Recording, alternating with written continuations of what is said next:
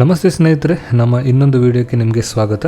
ಇವತ್ತಿನ ವಿಡಿಯೋದಲ್ಲಿ ನಾನು ನಿಮಗೆ BEML recruitment Bharat earth movers limited ಇದೊಂದು ಗೌರ್ಮೆಂಟ್ ಕಂಪನಿ.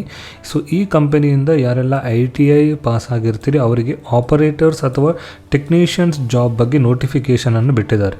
ಇದು 2026. ಇದರಲ್ಲಿ ನಿಮಗೆ 362 ಹುದ್ದೆಗಳ ಅವಕಾಶಗಳಿವೆ.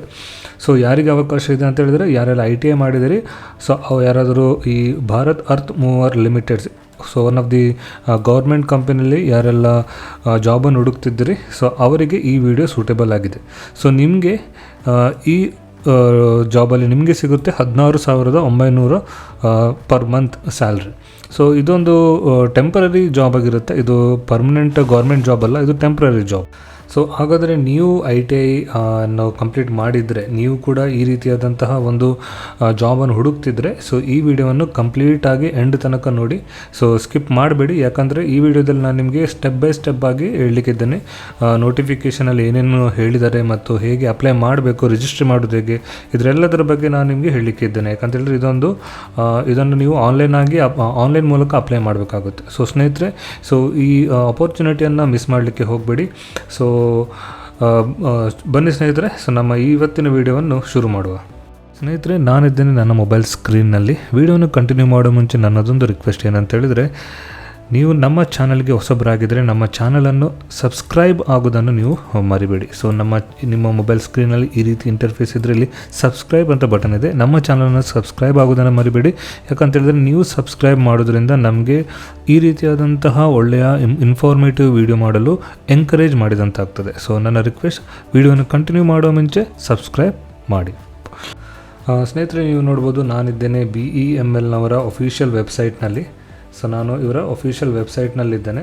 ಆ ಅಫಿಷಿಯಲ್ ವೆಬ್ಸೈಟ್ನ ಕೆರಿಯರ್ ಪೇಜ್ನಲ್ಲಿದ್ದೇನೆ. ಇಲ್ಲಿ ಎಲ್ಲ ನೋಟಿಫಿಕೇಷನನ್ನು ಅವರು ಡಿಸ್ಪ್ಲೇ ಮಾಡ್ತಾ ಇರ್ತಾರೆ.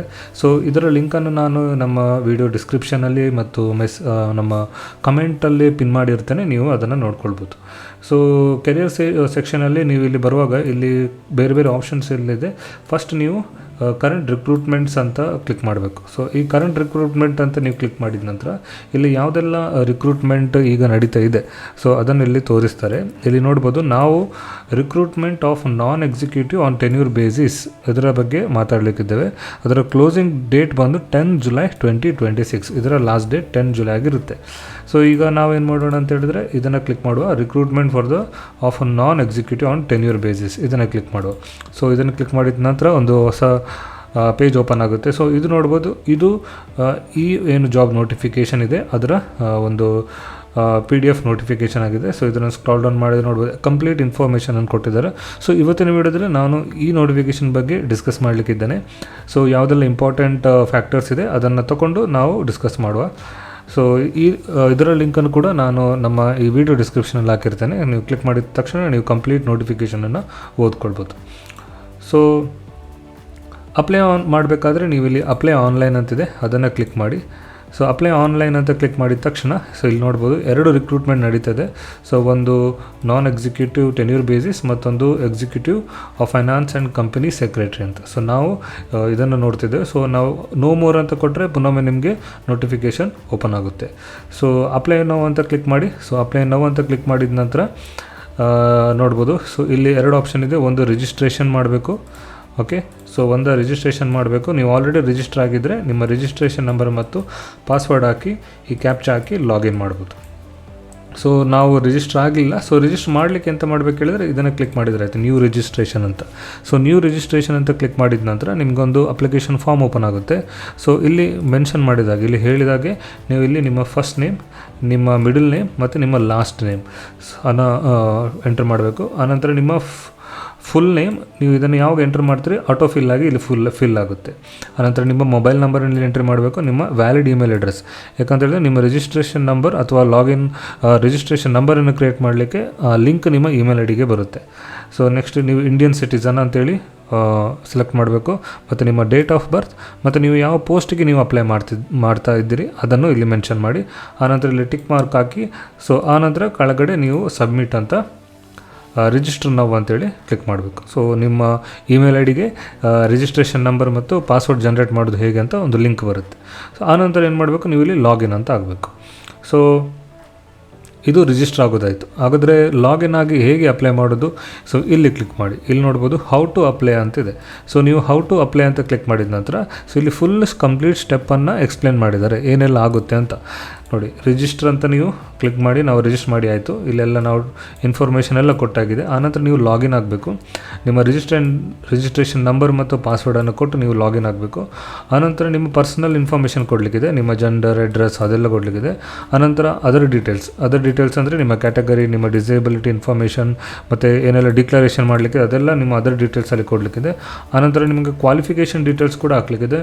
Educational details like ITI detail, ನೀವು ಪರ್ಸೆಂಟೇಜ್ ಮತ್ತು ನಿಮ್ಮ ಅಕಾಡೆಮಿಕ್ ರೆಕಾರ್ಡ್ಸ್ ಅದನ್ನೆಲ್ಲ ಸಬ್ಮಿಟ್ ಮಾಡಲಿಕ್ಕಿದೆ. ಆನಂತರ ಬರುತ್ತೆ ನಿಮ್ಮ ಡಾಕ್ಯುಮೆಂಟ್ ಅಪ್ಲೋಡ್ ಮಾಡಲಿಕ್ಕೆ. ಸೊ ನಿಮ್ಮ ಮಾರ್ಕ್ ಶೀಟ್ ಇರ್ಬೋದು, ನಿಮ್ಮ ಫೋಟೋ ಇರ್ಬೋದು, ಅದನ್ನೆಲ್ಲ ನೀವು ಸ್ಕ್ಯಾನ್ ಮಾಡಿ ಇಟ್ಕೊಳ್ಬೇಕು, ಅದನ್ನು ಅಪ್ಲೋಡ್ ಮಾಡಲಿಕ್ಕೆ ಬರುತ್ತೆ. ಆನಂತರ ಪ್ರಿವ್ಯೂ ಮಾಡಬೇಕು. ಸೊ ಬಿಕಾಸ್ ಸಬ್ಮಿಟ್ ಮಾಡಿದ ನಂತರ ಎಡಿಟ್ ಮಾಡೋ ಆಪ್ಷನ್ ಇರೋದಿಲ್ಲ, ಅದಕ್ಕೆ ಒಮ್ಮೆ ನೀವು ಪ್ರಿವ್ಯೂ ಮಾಡಿಕೊಂಡು ಆನಂತರನೇ ಸಬ್ಮಿಟ್ ಅಂತ ಕೊಡಬೇಕು. ಸೊ ನೆಕ್ಸ್ಟ್ ಪೇಮೆಂಟ್ ಆಪ್ಷನ್ ಇರುತ್ತೆ.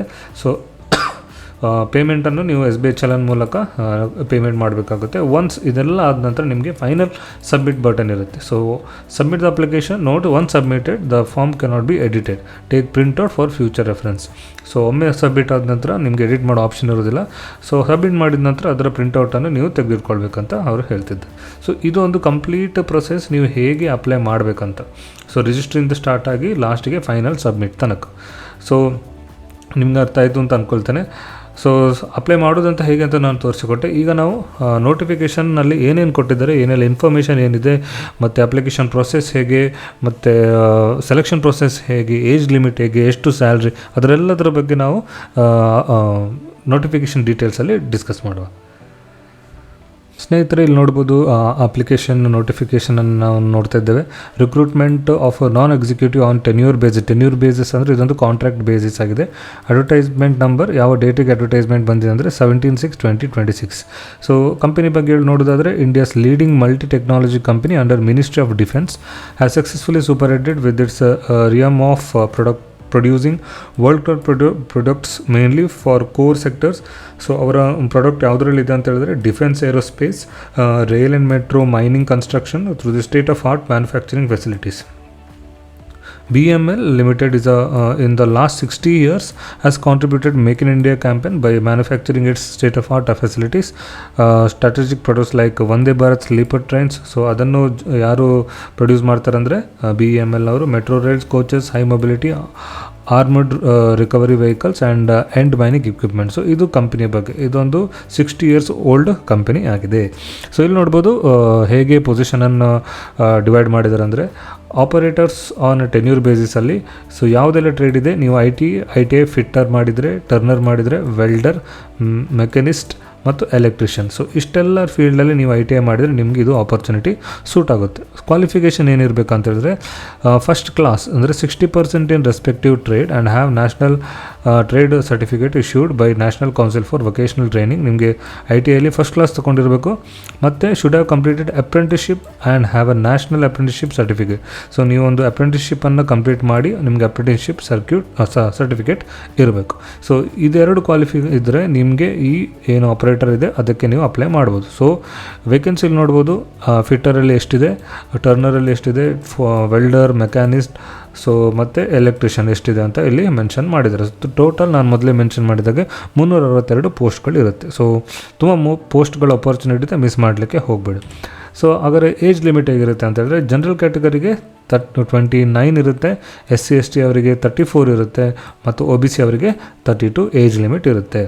ಸೊ ಜನರಲ್ ಕಂಡೀಷನ್ ಬಗ್ಗೆ ನೋಡೋದಂತ ಹೇಳಿದ್ರೆ, the candidates apply for the post of operator under different trade as a mentioned above should have completed ITI course with first class.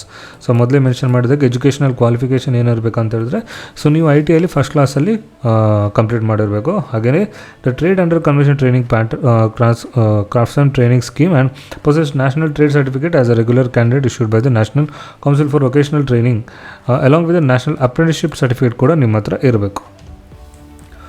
Okay, so minimum percentage of marks relax by 5% for SC ST candidates. SC ST ಅವರಿಗಾದರೆ ನಿಮ್ಮ percentage of marks 5% relaxation ಇರುತ್ತೆ. The upper age limit relaxed by the government for 5 years for SC ST ಅವರಿಗೆ 5 ವರ್ಷ relaxation ಇರುತ್ತೆ. OBC ಅವರಿಗೆ 3 ವರ್ಷದ relaxation ಇರುತ್ತೆ. So SCST candidates are required to submit the SCST caste certificate in the format applicable for appointment to post under Government of India. So ನೀವು SCST ಕ್ಯಾಟಗರಿಗೆ ಬಂದರೆ ನೀವು SCST ಸರ್ಟಿಫಿಕೇಟನ್ನು ಪ್ರೊಡ್ಯೂಸ್ ಮಾಡಬೇಕಾಗುತ್ತೆ. So next, eligible and interested general OBC candidates apply for the above positions are need to pay non refundable fee. ನಿಮ್ಮ application fees ಎಷ್ಟು ಇರುತ್ತೆ ಅಂತ ಹೇಳಿದ್ರೆ, ಜನರಲ್ನವರಿಗೆ OBC ಅವರಿಗೆ $200 at the end of the application form. Not applicable for SC/ST PWDs. ಅಂದರೆ ಜನರಲ್ನವರಿಗೆ $200 ಆದಂತಹ ಒಂದು ಅಪ್ಲಿಕೇಶನ್ ಫೀಸ್ ಇರುತ್ತೆ, SC/ST ಅವರಿಗೆ ಅಪ್ಲಿಕೇಶನ್ ಫೀಸ್ ಇರುವುದಿಲ್ಲ. Intimation of a provisional, final offer, etc. will be sent to the email declared in the application. So ನೀವು ಏನು ಅಪ್ಲಿಕೇಶನಲ್ಲಿ email produce ಮಾಡ್ತೀರಿ, ಅಲ್ಲಿ ನಿಮಗೆ ಹಾಲ್ ಟಿಕೆಟ್ ಇರ್ಬೋದು, ಆಫರ್ ಲೆಟರ್ ಇರ್ಬೋದು, ಅದನ್ನೆಲ್ಲ ಕಳಿಸ್ತಾ ಇರ್ತಾರೆ. ಸೊ ಅದರಿಂದ ವ್ಯಾಲಿಡ್ ಇಮೇಲ್ ಐಡಿಯನ್ನು ನೀವು ಪ್ರೊಡ್ಯೂಸ್ ಮಾಡಬೇಕಾಗುತ್ತೆ. The list and short listed selected candidate for final selection will be uploaded in the company website. So ನೀವು ಸೆಲೆಕ್ಷನ್ ಆದರೆ ಅಥವಾ ಫೈನಲ್ ಸೆಲೆಕ್ಟೆಡ್ ಲಿಸ್ಟ್ ಎಲ್ಲರೂ ನೋಡಬೇಕಾದ್ರೆ ಅವ್ರ ವೆಬ್ಸೈಟಲ್ಲಿ ಅವ್ರು ಅಪ್ಲೋಡ್ ಮಾಡ್ತಾ ಇರ್ತಾರೆ. Any request and change of category, address, email and mobile number, test centre location etcetera as declared in the online application will not be entertain. So ಒಮ್ಮೆ ಸಬ್ಮಿಟ್ ಮಾಡಿದ ನಂತರ ಮತ್ತೊಮ್ಮೆ ನಾನು ಹೋಗಿ ಇಮೇಲ್ ಚೇಂಜ್ ಮಾಡಬೇಕು, ಅಡ್ರೆಸ್ ಚೇಂಜ್ ಮಾಡಬೇಕು ಅಂತ ಹೇಳಿದ್ರೆ ಅದನ್ನು ಚೇಂಜ್ ಮಾಡುವ ಅವಕಾಶ ಇರುವುದಿಲ್ಲ. ಓಕೆ, ಸೊ ಸೆಲೆಕ್ಷನ್ ಪ್ರೊಸೀಜರ್ ಹೇಗಿರುತ್ತೆ? ಸೊ ಸೆಲೆಕ್ಷನ್ ಪ್ರೊಸೀಜರನ್ನು ನೋಡೋ, ಇದೊಂದು ಕಂಪ್ಯೂಟರ್ ಬೇಸ್ಡ್ ರಿಟರ್ನ್ ಟೆಸ್ಟ್ ಇರುತ್ತೆ. So CBT test which is of 2 hours duration, 2 ಗಂಟೆಯ ಕಂಪ್ಯೂಟರ್ ಬೇಸ್ಡ್ ಟೆಸ್ಟ್ ಇರುತ್ತೆ. The test will be in 3 parts, 3 ಪಾರ್ಟ್ಸಲ್ಲಿರುತ್ತೆ. ಅದು ಮಲ್ಟಿಪಲ್ ಚಾಯ್ಸ್ ಕ್ವಶನ್ ಆಗಿರುತ್ತೆ, ಅಂದರೆ ಒಂದು ಕ್ವಶನ್ಗೆ 4 ಆನ್ಸರ್ ಆಗಿರುತ್ತೆ. Part 1 consist of 20 general awareness question. Part 1ಅಲ್ಲಿ 20 ಜನರಲ್ ಅವೇರ್ನೆಸ್ ಕ್ವಶನ್ ಇರುತ್ತೆ, ಮತ್ತು ಪಾರ್ಟ್ 2 ಅಲ್ಲಿ 20 ಇಂಗ್ಲೀಷ್ ಮತ್ತು ರೀಸನಿಂಗ್ ಕ್ವಶನ್ ಇರುತ್ತೆ. ಹಾಗೆ ಪಾರ್ಟ್ 3ಅಲ್ಲಿ 60 ಕ್ವಶನ್ ಕನ್ಸರ್ನ್ ಡಿಸಿಪ್ಲಿನ್, ಅಂದರೆ ನೀವು IT ಆದರೆ IT ಫಿಟ್ಟರ್ ಆದರೆ ಅದರ ರಿಲೇಟೆಡ್ ಕ್ವಶನ್ಸ್ಗಳು ಇರುತ್ತೆ. ಸೊ ಹೇಗಿರುತ್ತೆ ಅಂತ ಹೇಳಿದ್ರೆ, ಟೆಸ್ಟ್ 2 ಗಂಟೆದ್ದು ಅದನ್ನು 3 ಪಾರ್ಟಾಗಿ ಡಿವೈಡ್ ಮಾಡಿದರೆ, ಫಸ್ಟ್ 20 ಕ್ವಶನ್ ಜನರಲ್ ನಾಲೆಜ್ ಮೇಲೆ ಇರುತ್ತೆ, ಮತ್ತು 20 ಕ್ವಶನ್ ಇಂಗ್ಲೀಷ್ ಮತ್ತು ರೀಸನಿಂಗ್ ಮೇಲೆ ಇರುತ್ತೆ, ಮತ್ತು 60 ಕ್ವಶನ್ ನಿಮ್ಮ ಡಿಸಿಪ್ಲಿನ್, ಅಂದರೆ IT ವೆಲ್ಡರ್ ಇರ್ಬೋದು, ಫಿಟ್ಟರ್ ಇರ್ಬೋದು, ಅದರ ರಿಲೇಟೆಡ್ ಕ್ವಶನ್ಸ್ ಇರುತ್ತೆ.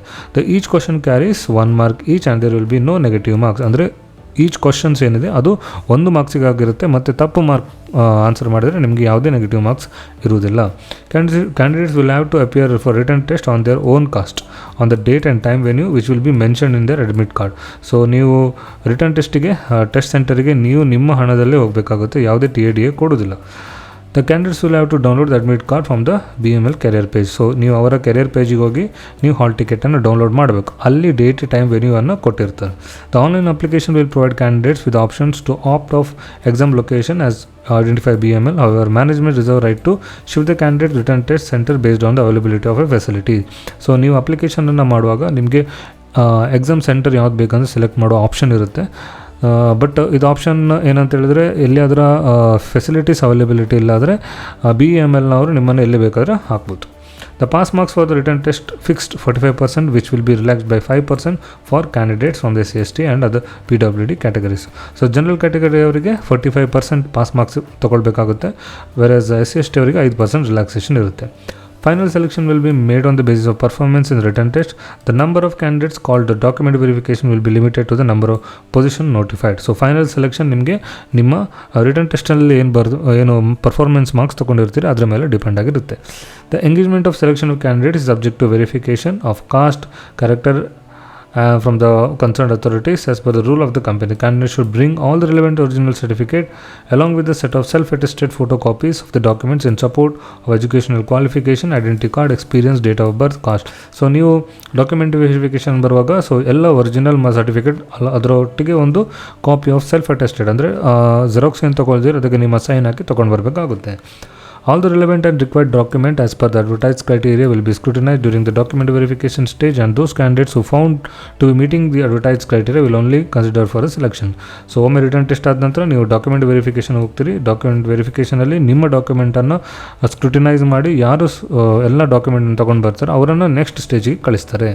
Candidates will be called for document verification the order of merit till such time the number of candidates qualifying in the document verification process is equal to the post of advertised.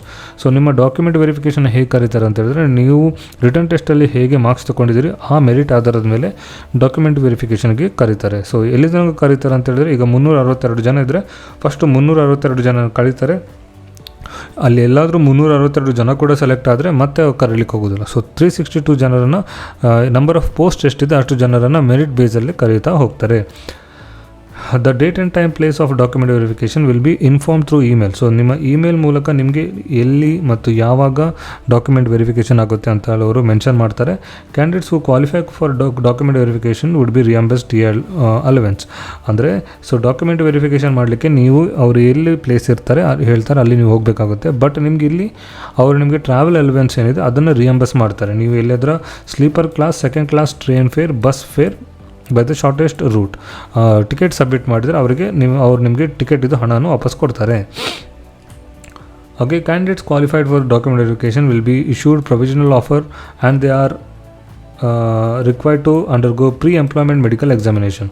So ನೀವು written test ಸಹ pass ಆಯಿತು, document verification ಸಹ pass ಆದರೆ ನಿಮಗೆ provisional offer letter ಅಂತೇಳಿ ಕೊಡ್ತಾರೆ. So ಅದನ್ನು ಇಟ್ಕೊಂಡು ನೀವು ಪ್ರೀ ಎಂಪ್ಲಾಯ್ಮೆಂಟ್ ಮೆಡಿಕಲ್ ಎಕ್ಸಾಮಿನೇಷನನ್ನು ಪಾಸ್ ಮಾಡಬೇಕಾಗುತ್ತೆ. No relaxation in health standards will be allowed. So ಇಲ್ಲಿ ಯಾವುದೇ ರಿಲ್ಯಾಕ್ಸೇಷನ್ ಇರೋದಿಲ್ಲ, ಇದೆಲ್ಲರಿಗೂ ಸೇಮ್ ಇರ್ತದೆ. On the satisfactory receipt of medical report from the companies doctor as per the medical standard prescribed by the BML, final offer engagement will be issued as per the rules of the company. So 3 stage ಇರುತ್ತೆ. First written test ಇರುತ್ತೆ, ಆ ನಂತರ document verification ಆದ ನಂತರ ನೀವು medical ಎಕ್ಸಾಮಿನೇಷನ್ಗೆ ಹೋಗ್ತೀರಿ. Medical ಎಕ್ಸಾಮಿನೇಷನಲ್ಲಿ BML doctor ಏನು prescribe ಮಾಡಿದ ಸ್ಟ್ಯಾಂಡರ್ಡ್ ನೀವು ಮೀಟ್ ಆದರೆ ನಿಮಗೆ ಫೈನಲ್ ಆಫರ್ ಆಫ್ ಎಂಗೇಜ್ಮೆಂಟನ್ನು ಅವ್ರು ಕೊಡ್ತಾರೆ, ಒಂದು ಫೈನಲ್ ಆಫರ್ ಲೆಟರನ್ನು ಕೊಡ್ತಾರೆ. ಓಕೆ, ಇಲ್ಲಿರದೆ important point, conditions of engagement. The selections candidates will be engage to the tenure basis of maximum period of 4 years. ನಿಮಗೆ ಟೆನ್ಯೂರ್ ಇರೋದು 4 ವರ್ಷ ತನಕ ನಿಮಗೆ ನಿಮ್ಮನ್ನು ಈ ಪೊಸಿಷನ್ಗೆ ತಗೊಳ್ತಾರೆ. From the date of engagement the tenure will be come to an end automatically on completion of 4 years. So 4 ವರ್ಷ ಆದ ನಂತರ ನಿಮ್ಮ ಟೆನ್ಯೂರ್ ಏನಿದೆ ಅದು ತನ್ನಿಂದಾನೇ ಎಂಡ್ ಆಗುತ್ತೆ. The employment can be terminated at any time during the period of tenure engagement by giving 1 month notice in written by either party or by payment of 1 month basic pay plus DA components in the consolidated remuneration of the notice. ಅಂದರೆ 4 ವರ್ಷದಲ್ಲಿ ನೀವು ಕೂಡ job ಮಿಡ್ಲಲ್ಲಿ ಬಿಟ್ಟು ಹೋಗ್ಬೋದು ಅಥವಾ ಅವರು ಕೂಡ ನಿಮ್ಮನ್ನು ಟರ್ಮಿನೇಟ್ ಮಾಡ್ಬೋದು. ಬಟ್ ಒಂದೇ ರೂಲ್ಸ್ ಏನಂತ ಹೇಳಿದ್ರೆ 1 month ನೋಟಿಸ್ ಪೀರಿಯಡ್ ನೀವು ಕೊಡಬೇಕು. ವೆರಾಸ್ ನೀವು ನೋಟಿಸ್ ಕೊಡೋದೇ ಬಿಟ್ಟರೆ 1 month ಸ್ಯಾಲ್ರಿ ಅನ್ನು ನೀವು ಅವರಿಗೆ ಕೊಡಬೇಕಾಗ್ತದೆ. ಸೊ ಇಂಪಾರ್ಟೆಂಟ್ ಪಾಯಿಂಟ್ ಇಲ್ಲಿ ಒಂದಿದೆ ನೋಡಿ, the tenure based engagement will not confer any right to on the personal to claim status of a regular employ of the company. So ನೀವು ಟೆನ್ಯೂರ್ ಮುಗಿದ ತಕ್ಷಣ ನಾನು ಕಂಪನಿದು ಎಂಪ್ಲಾಯ್ ಅಂತ ಹೇಳ್ಕೊಂಡು ನೀವು ಪ್ರೂವ್ ಮಾಡಲಿಕ್ಕೆ ಅಥವಾ ಅದನ್ನು ಕ್ಲೇಮ್ ಮಾಡಲಿಕ್ಕೆ ಆಗೋದಿಲ್ಲ. Okay, so during the period of tenure engagement candidate will be paid following monthly pay. So ನಿಮಗೆ ತಿಂಗಳಿಗೆ ಇದನ್ನೆಲ್ಲ ಕೊಡ್ತಾರೆ. ಬೇಸಿಕ್ ಪೇ 16,900 ಇರುತ್ತೆ. ಅದರೊಟ್ಟಿಗೆ ನಿಮಗೆ DA ಕೂಡ ಇದೆ, HRA ಕೂಡ ಇದೆ. ಆನಂತರ perks as applicable towards medical expense monthly 1,500. ಇದು ಖಾಲಿ ಬೇಸಿಕ್. ಆನಂತರ ಇದೆಲ್ಲ ಆ್ಯಡ್ ಆದರೆ ನಿಮಗೆ ಅಬೌಟ್ 25 ಬಂದರೂ ಬರ್ಬೋದು. So annual increase of 3%. So 4 ವರ್ಷ ಇರೋದ್ರಿಂದ ನಿಮಗೆ ವರ್ಷಕ್ಕೆ 3% ಇಂಕ್ರಿಮೆಂಟ್ ಕೂಡ ಇರುತ್ತೆ. Provident fund contribution will be calculated taking into account of basic pay plus dearance allowance component of monthly emoluments. ನಿಮಗೆ PF ಕೂಡ ಕಟ್ ಆಗುತ್ತೆ. The engagement personnel will be covered under the income tax, service tax, professional tax as per applicable rules, and all the such taxes would be payable by them. The other benefits will include payment of gratuity and bonus. So ನಿಮಗೆ gratuity ಕೂಡ ಇದೆ, bonus ಇದೆ. So government ಎಂಪ್ಲಾಯಿಗಳಿಗೆ ಏನೆಲ್ಲ ಸಿಗುತ್ತೆ ಅದೆಲ್ಲ ನಿಮಗೆ advantages ಅದೆಲ್ಲ ನಿಮಗೆ ಸಿಗುತ್ತೆ. ಸೊ ಹಾಗಾದರೆ ಅಪ್ಲೈ ಮಾಡೋದು ಹೇಗೆ ಅಂತ ಹೇಳಿದ್ರೆ, candidate must use proper email ID to create their names. ನಾನು ಅಪ್ಲೈ ಮಾಡೋದು ಹೇಗೆ ಅಂತ ಮೊದಲೇ ತೋರಿಸಿಕೊಟ್ಟೆ. ನೀವು ಆನ್ಲೈನ್ ಥ್ರೂ ಅಪ್ಲೈ ಮಾಡಬೇಕು ಈ ವೆಬ್ಸೈಟನ್ನು ವಿಸಿಟ್ ಮಾಡಿಕೊಂಡು. ಸೊ ಲಾಸ್ಟ್ ಡೇಟ್ ಯಾವಾಗಿರುತ್ತೆ ಅಂದರೆ 10/7/2026 ಆಗಿರುತ್ತೆ. The registration number generated may be noted and has to be quoted for all the future correspondence. So registration number ಏನು ಜನರೇಟ್ ಆಗುತ್ತೆ ಅದನ್ನು ನೀವು ನೋಟ್ ಮಾಡಿ ಇಟ್ಕೊಳ್ಬೇಕಾಗುತ್ತೆ. ಸೊ ಆನ್ಲೈನ್ ಅಪ್ಲಿಕೇಶನ್ ಮಾಡುವಾಗ ಸೊ ಯಾವುದೆಲ್ಲ ಡಾಕ್ಯುಮೆಂಟನ್ನು ನೀವು ಸಬ್ಮಿಟ್ ಮಾಡಬೇಕಂದ್ರೆ ನಿಮ್ಮ 10th marks card, ITI certificate ಇರ್ಬೋದು, ಮತ್ತು all marks out of ITI as applicable. ಅನಂತರ ITI trainee candidates national apprenticeship certificate, ನಿಮ್ಮ ಅಪ್ರೆಂಟಿಸ್ಶಿಪ್ ಸರ್ಟಿಫಿಕೇಟನ್ನು ನೀವು ಸಬ್ಮಿಟ್ ಮಾಡಬೇಕು. Experience certificate should be uploaded. ಅಂದರೆ ನೀವು ಮೊದಲೇ ಬೇರೆ ಕಡೆ ವರ್ಕ್ ಮಾಡ್ತಿದ್ರೆ ಆ ಎಕ್ಸ್ಪೀರಿಯನ್ಸ್ ಸರ್ಟಿಫಿಕೇಟ್ ಕೂಡ ನೀವು ಅಪ್ಲೋಡ್ ಮಾಡಬೇಕು. Identity card issued by the government, ನಿಮ್ಮ ಆಧಾರ್ ಕಾರ್ಡ್ ಇರ್ಬೋದು, passport, driving licence, PAN card, ಇದು ಯಾವುದ್ರ ಇದ್ದರೆ ಅದನ್ನು ನೀವು ಅಪ್ಲೋಡ್ ಮಾಡಬೇಕು. SC/ST ಸರ್ಟಿಫಿಕೇಟ್ ಇದ್ದರೆ ನೀವು ಅದನ್ನು ಅಪ್ಲೋಡ್ ಮಾಡಬೇಕಾಗುತ್ತೆ. ಸೊ ಯಾವುದೇ ನಿಮ್ಮ ಡೌಟ್ ಇದ್ದರೆ ಇದನ್ನು ನೋಟ್ ಡೌನ್ ಮಾಡಿಟ್ಕೊಳ್ಳಿ, ಇವರಿಗೆ ನೀವು ಇಮೇಲನ್ನು ಮಾಡಿದರೆ ಆಯಿತು. ಸೊ ಇದಾಗಿತ್ತು ಸ್ನೇಹಿತರೆ ಇವತ್ತಿನ ವಿಡಿಯೋ. ಸೊ ಈ ವಿಡಿಯೋದಲ್ಲಿ ನಾನು ನಿಮಗೆ BEMLನವರಿಂದ ನೋಟಿಫೈ ಆದಂತಹ ಒಂದು ಆಪರೇಟರ್ ಅಥವಾ ಟೆಕ್ನಿಷಿಯನ್ ಪೋಸ್ಟ್, ಯಾರೆಲ್ಲ ITIಯನ್ನು ಪಾಸ್ ಮಾಡಿರ್ತೀರಿ ಅವರಿಗೆ ಈ ಒಂದು ಗೋಲ್ಡನ್ ಅಪರ್ಚುನಿಟಿ ಅಂತ ಹೇಳ್ಬೋದು. ಒಂದು ಮಂತ್ಲಿ ನಿಮಗೆ 16,900 ಪ್ಲಸ್ ಅದರ್ ಅಲವೆನ್ಸಸ್ ಸಿಗುವಂಥ ಒಂದು ಅಪರ್ಚುನಿಟಿ ಆಗಿದೆ. ಸೊ ಈ ವಿಡಿಯೋ ನಿಮಗೆ ಸೂಟೇಬಲ್ ಅನಿಸಿದರೆ ಲೈಕ್ ಮಾಡಿ, ಹಾಗೆ ಇದು ನಿಮ್ಮ ಫ್ರೆಂಡ್ಸ್ ಅಥವಾ ಫ್ಯಾಮಿಲಿಯೊಟ್ಟಿಗೆ ಶೇರ್ ಮಾಡಿ. ಸೊ ಸಿಗೋಣ ನಮ್ಮ ಮುಂದಿನ ವಿಡಿಯೋದಲ್ಲಿ. ಅಲ್ಲಿವರೆಗೆ ಧನ್ಯವಾದಗಳು.